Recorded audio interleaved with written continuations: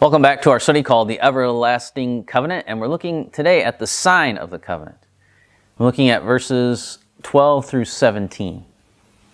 I started by talking about signs, and these verses we find that God gives a sign to the world that points to the covenant He has made with us. Take notice of the wording here because it's important, because it says that God remembers. When the rainbow in the cloud appears, God says that He will remember in verse 15. Again, in verse 16, God says He will see the rainbow and remember. God doesn't tell Noah that when he sees the rainbow, remember my promise to you. He says, I will remember. That's great news because, you see, the rainbow, whenever you see that rainbow, you know that God has kept and is keeping His promise. That's what you can see when you look at the rainbow in the sky. You say, oh, God is keeping His promise. He's keeping His promise again. He's remembering His covenant He made with us. Remember that remember here is not saying that God could forget. God remembering is that He's bearing in mind with favor the earth because of the promise He made. So you see, it has nothing to do with the people or the bow in the sky, but it's all about God. Let's think about the rainbow for a minute. Now, the rainbow as a symbol, as a sign, has been co-opted by people and organizations throughout history.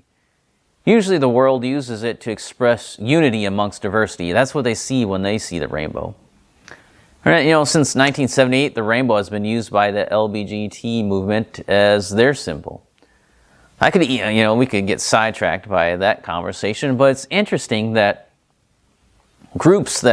these secular worldly groups use the rainbow to express, unity amongst diversity.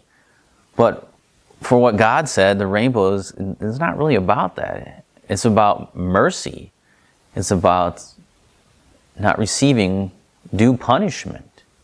It's kind of ironic that a group of people that would hold views that are really contrary to what God says would take His covenant symbol for their symbol. Well, the rainbow to God is the sign of His merciful covenant to forbear with long suffering against the sin of mankind. The fact that people combine the rainbow with pride in themselves is truly a mockery of God. Think about it.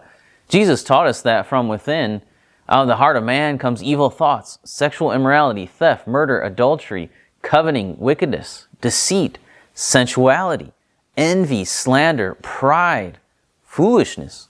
All these evil things come from within and they defile a person.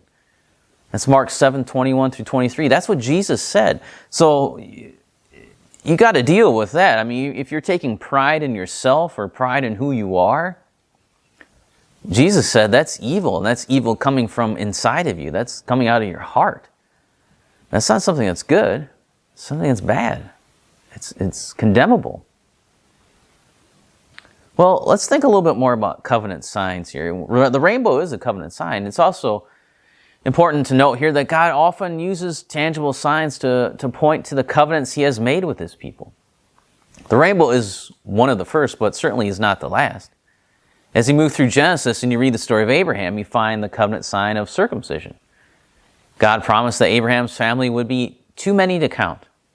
The promise of the one that would crush the serpent's head would be passed on to him. Circumcision became a physical reminder of the truth of God's promise and the faith that Abraham had. We as Christians enjoy a covenant sign as well.